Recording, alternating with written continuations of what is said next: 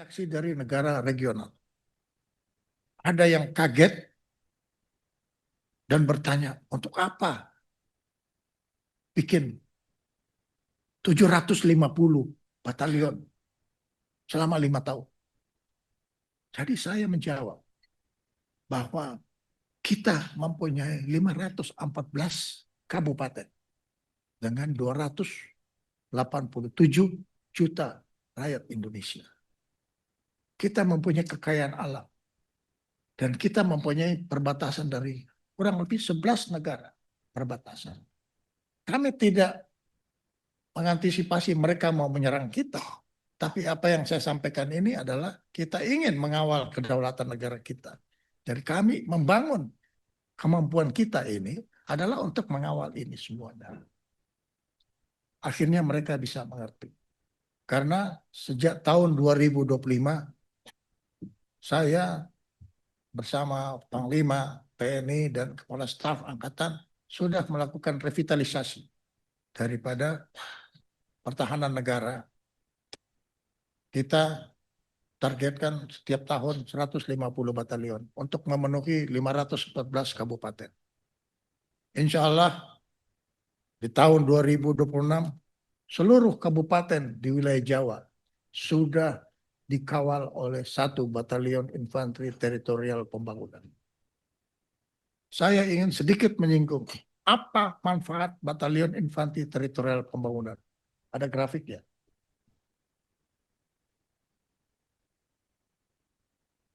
Apa yang kita lihat? Sebelum ada batalion teritorial pembangunan di kabupaten, tadinya di kabupaten itu tidak ada pasukan, kosong. Ya. Apa yang terjadi? Begal, kriminal, itu besar sekali. Ya. Tapi setelah kita berada di situ membuat pangkalan, dan pangkalan itu sudah jadi dengan latihan, kemampuan, dan sebagainya.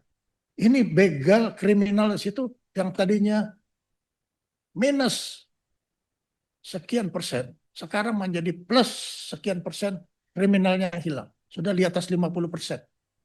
Dan ini adalah tugas dari batalion teritorial pembangunan dengan melakukan patroli keliling dengan kendaraan yang disiapkan oleh industri pertahanan, baik itu kendaraan listrik maupun kendaraan non-listrik, bisa membangun sistem keamanan lingkungan, Siskamling. Yang tadinya itu menurun, sekarang Siskamling hidup kembali. Ini yang berkaitan dengan kriminalitas. Kemudian penguatan terhadap lingkungan sosial. Di kabupaten, di kampung-kampung, ada masjid, ada gereja, sedikit sekali pura. Tapi prajurit kita, yang 1 batalion itu 1.190 orang, itu terdiri dari mereka-mereka yang ada yang dari pesantren. Dan ada yang mengerti bagaimana rohaniawan non-muslim itu masuk ke gereja bersama-sama dengan masyarakat. Bersama-sama dengan masyarakat ada di masjid. Dia bisa jadi khatib, dia bisa jadi imam di masjid. Inilah yang membuat penguatan terhadap lingkungan sosial. Jadi masyarakat merasa agak hangat dengan keberadaan batalion teritorial ini. Demikian pula kualitas pendidikan. Banyak sekolah-sekolah, anak-anak ikut mengajar mereka di lapangan. Nah, kemudian dalam bidang ekonomi, khususnya UKM. Bapak-bapak dan ibu-ibu sekalian, terima kasih atas dukungannya kepada kami, sehingga anggaran untuk kehidupan prajurit ini bisa dirasakan oleh rakyat. Contoh, gaji yang paling kecil untuk seorang prajurit itu 6 juta rupiah.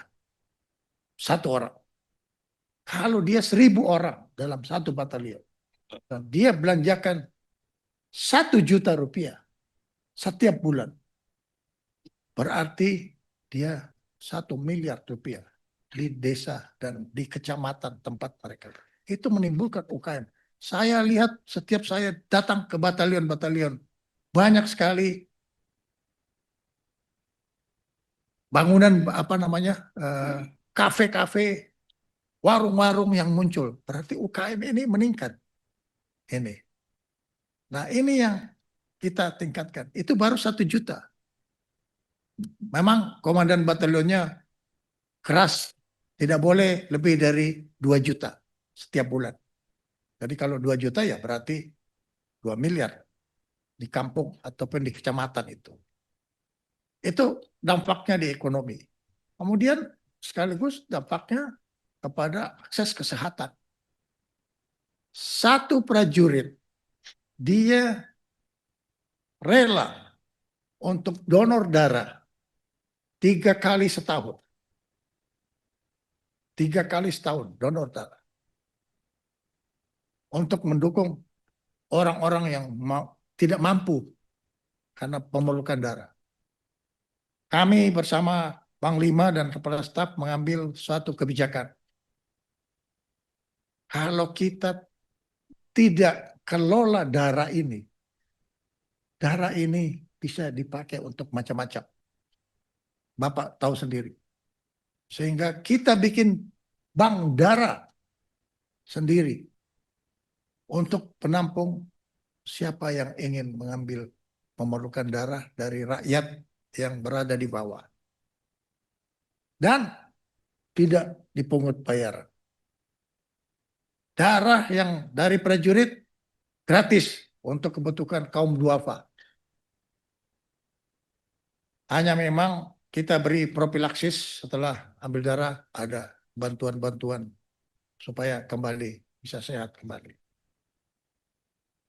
Nah ini yang keberadaan dari Batalion Teritorial Pembangunan ini. Selain itu juga perlu diketahui bahwa di batalion ini memang intinya adalah batalion pertempuran. Tapi dia dilengkapi dengan TP. TP itu singkatan dari Teritorial Pembangunan. Jadi di batalion itu ada kompi pertanian, ada kompi peternakan, ada kompi medis yang tadi saya bilang, ada kompi konstruksi, seni untuk membangun ini. Nah inilah yang kumpul bersama-sama untuk membangun pembangunan di daerah.